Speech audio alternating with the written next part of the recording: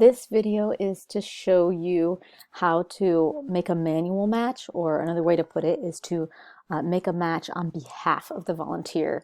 So you can do this if you have been just talking to the volunteer and family via email or text message or phone, and you've kind of settled on a day, time, in the activity, or the volunteer is having technical difficulties and they know they want to request a kid.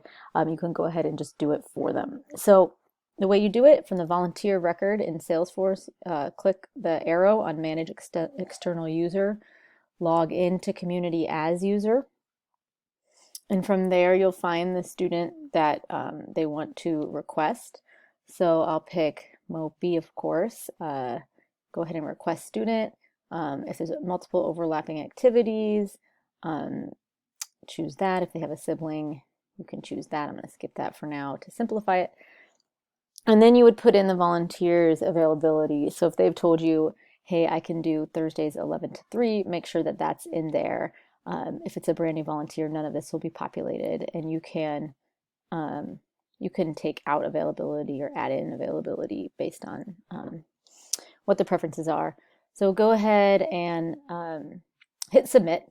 And so I would note that you haven't changed any of the emails or phone numbers to be yours. So the family is actually going to receive this message. So before you start, one thing you could do is just reach out to the family and the volunteer and let them know they're going to be receiving some automated messages. They can disregard them. You're going to go ahead and take care of it on their behalf. And then if they do respond, that's totally fine.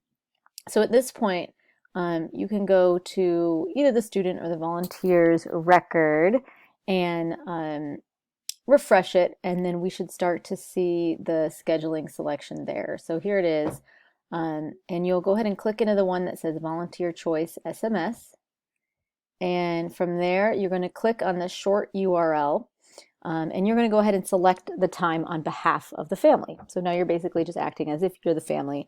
You're going to choose the predetermined time. Let's say it's Wednesdays at 2, and you're going to hit submit. So you're just kind of going ahead and doing all these actions for the family and for the volunteer. So now you're going to go back in, and you're going to refresh this a few times. I'm going to go ahead and pause the video. This can take up to, I think, 15 minutes. I think Salesforce kind of updates information periodically. So I'm going to pause this for a minute and come right back once I refresh it enough times and I see that this says updated to student accept. Okay, so I refreshed it, and about after 5 minutes, I saw that the scheduling status changed. So you see it actually says student decline, but that's because it's for Monday, and I accepted on another day. So if I go back to either the student or volunteer contact, you'll go look at the scheduling selections, and you'll pick the one that says student accept, which will be the day that you accepted for. So you can see over here, scheduling selections. This one says student accept for Wednesdays, because that's the one we picked. So you'll go ahead and click on that.